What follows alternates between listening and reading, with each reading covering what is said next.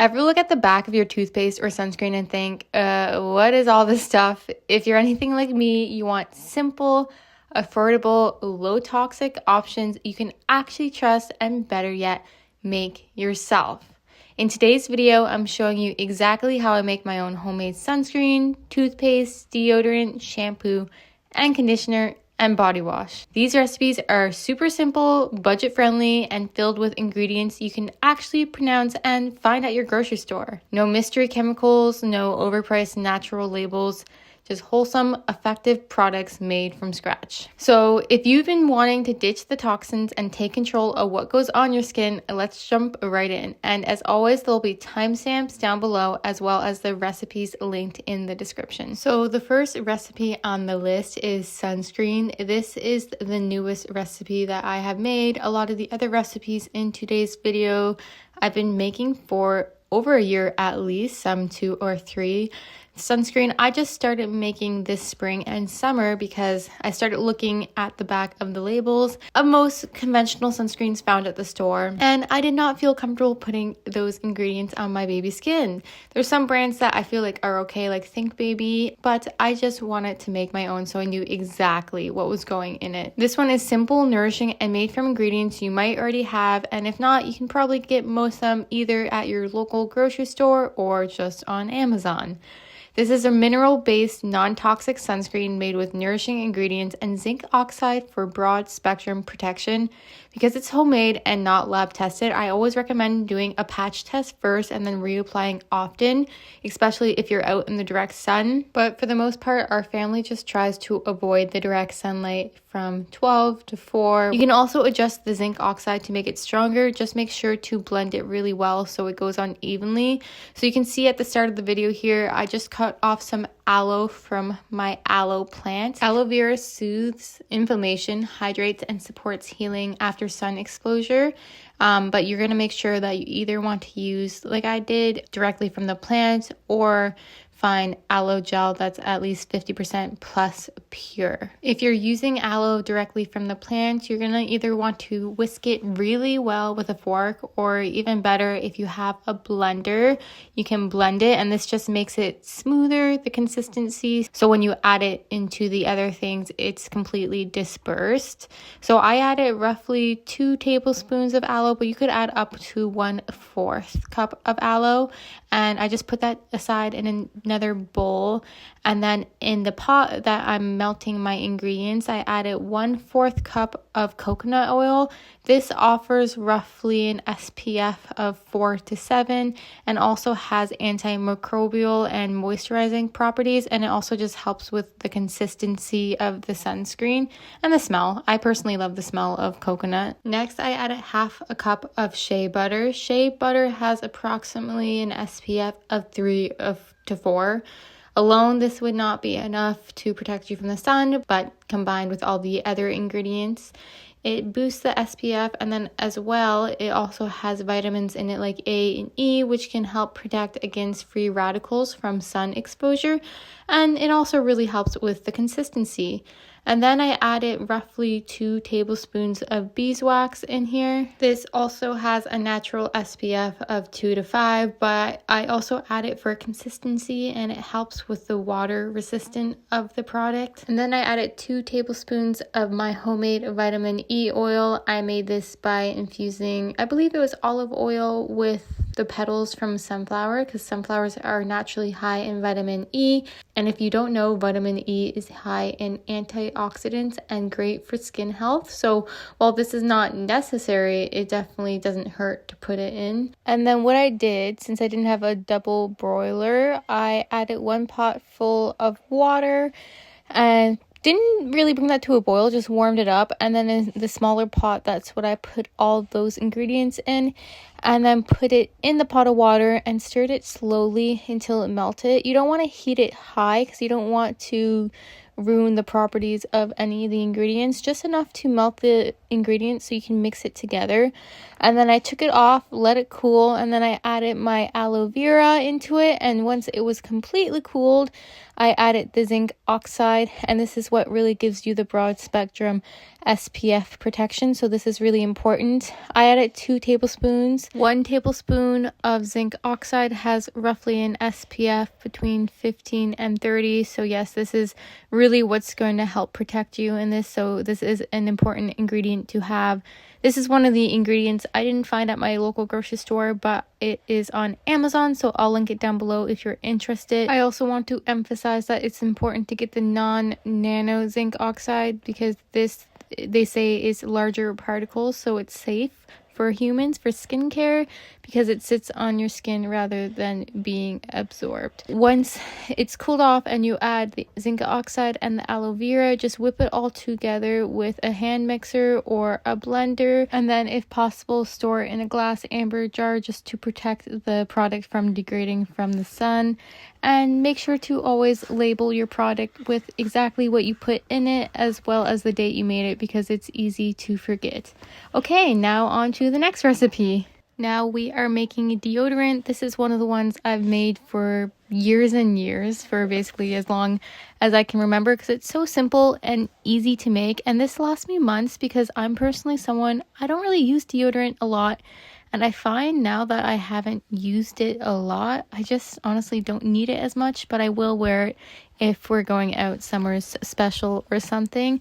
And this works different than the typical deodorant that you buy at the store because that is actually bad because it completely blocks you from sweating and it has endocrine disruptors. So when you switch over to a natural product like this, it might take your body a week or two or even up to a month to kind of get used to it. So just keep that in mind if you make this and you find it doesn't work. It works in a different way and it takes your body just to get used to not using typical over-the-counter deodorant.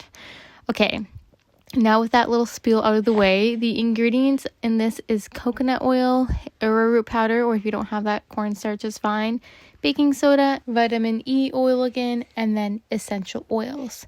So first I started off by adding 1/4 cup of coconut oil. Coconut oil is an antibacterial and it's also the moisturizing base. Then the arrowroot powder, and if you don't have this, cornstarch absorbs moisture and keeps your underarms dry. Baking soda, I added 2 tablespoons of this. This neutralizes odor causing bacteria. And then vitamin E oil, as I mentioned before, this is just great for skin health in general, and it also helps moisturize your underpits. And then essential oils, you can add whatever you want. So like lavender is great, tea tree, lemon. I like to add tea tree for its antibacterial properties, and I also like lavender because of the scent, but you can really customize this to your preference. And also it's completely optional. If you don't want to smell, you don't even have to add that. Just mix it all on together, and same thing, add it in a glass container, and when you're going to use it, just put a little bit on your fingers and massage it into your armpits, and make sure to label your container just so you know exactly when you made it and what you put in it. And really, you know when this goes bad, when it smells funky. Like I said, don't use mine often, and I made one and it was good for literally a year. A lot of recipes online say you have to use it within like a month, but it definitely lasts a lot longer than that. You can just tell by the smell of it if it's gone rancid or not. But that's why I kind of made a smaller container, just because I don't use it as much. But if you're someone who uses it a lot, you can double the recipe. Okay, now on to the next recipe, toothpaste. Tried so many different variations of DIY toothpaste over the years, and this is definitely my go-to currently. So I started out by adding 2 tablespoons of coconut oil. Coconut oil is a natural antibacterial and antifungal, and it helps reduce plaque, and it also helps whitening teeth. If you've ever heard of oil pulling, that is when people use coconut oil and just swish it in their mouth, and it has so many great benefits for overall mouth hygiene. And then I added 1 tablespoon of baking soda. This is mildly abrasive to help remove stains and neutralize acid. 1 teaspoon of sea salt to help reduce bacteria and bad breath. And then xylitol. This is a new ingredient in my toothpaste that I've been using recently. This helps prevent cavities and remineralizes teeth and actually reverse early tooth decay. And when you read the labels of many children toothpaste, they have xylitol in it. And then I like to add add essential oils. Usually I add peppermint. This adds flavor. It gives it that minty freshness as a typical toothpaste does, and it has antibacterial properties. Before we jump on to the next recipe, I just want to mention, because this product does have coconut oil in it, to prevent any issues with your drains clogging, I just spit it in the garbage can, because coconut oil, since it does harden when it is cold, it does have the potential to clog your drains. So just make sure you spit it in the garbage can. Okay, now the next recipe.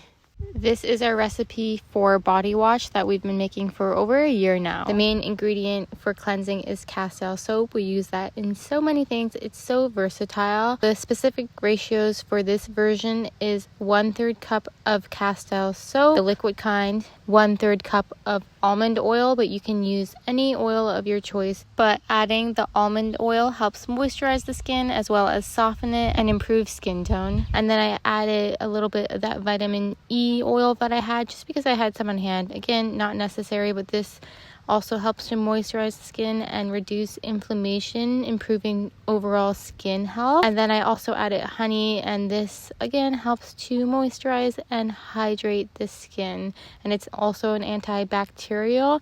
And then optional to add essential oils of your choice. So I know for Kai, I like to add more manly scents. I have this extract that I made with white pine that I add. Sometimes for myself, I'll add lavender, or tea tree is another one that's kind of good neutral. Different essential oils have different benefits, but it's really mainly down to the scent for that.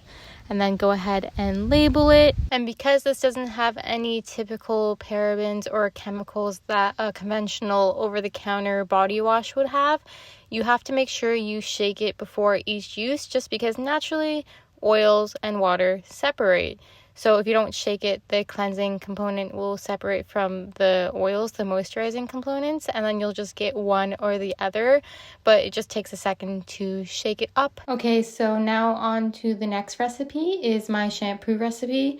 If you've been watching my videos for a while now, you know that I've been making my own shampoo for multiple years now. And what I like to do is switch it up every time I make a new recipe, just so my hair doesn't get used to the same ingredients. But the recipe I have been making as of lately is a creamy coconut hydrating shampoo. But I'll go ahead and also link a playlist of some other recipes if you're interested. A lot of the bases are similar. I actually have a whole YouTube video about how to create your own shampoo. But for this recipe, I add 1/3 cup of coconut cream or coconut milk. This moisturizes dry, damaged hair and adds softness. And then for the cleansing base, again, I use castile soap. I add that in a lot of my DIY personal care recipes. This is a natural plant-based soap that lifts dirt and oil out of your hair, cleansing it gently. And then I add roughly 1 tablespoon of honey. Honey is a natural humectant, which means it basically attracts moisture into the hair and locks it in. And it also balances the scalp pH, adds shine, and it's an antibacterial, so it has slight cleansing benefits. And then I just add a little bit of fresh aloe. I add this into a lot of my hair care. Again, it also slightly cleanses and moisturizes at the same time, and it helps soothe irritated or itchy scalps, promotes hair growth, and conditions hair. And then I added a little bit of my vitamin E oil in there. I've been adding that into all my recipes just because it's so good for hair health, skin health, all of that jazz.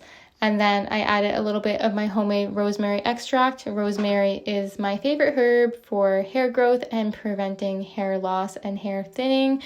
So it's usually my go-to essential oil or herb to add into any of my shampoos. I go ahead and mix that up, and then same with the body wash. Anytime you are going to use it, you just have to give it a good shake right before, and then just use it as you would a normal shampoo. Okay, for the last recipe is my conditioner recipe. I have a full in-depth video already on my YouTube channel talking about how to make this specific conditioner recipe, but similar to the shampoo, I like to switch my conditioner up every month or so, but for this specific recipe, I add 2 tablespoons of liquid coconut oil. When you add anything coconut oil into hair care products and you're going to be rinsing them out, you always want to make sure it's the one that stays liquid at cold temperatures to prevent clogging your drain. And then I add 1 tablespoon of apple cider vinegar. This just helps balance out your hair pH, especially if you're using castile soap for a cleanser.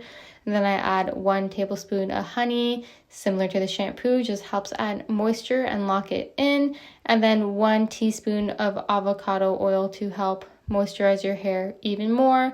And then if you want, you can also add the rosemary essential oil in your conditioner if you need help with hair growth. Then mix it all together, label it, and you're ready to go. Thank you so much for watching. Any further questions or recipes that you want me to make, I will do that. So thank you for watching, and I'll see you guys in the next video. Bye for now.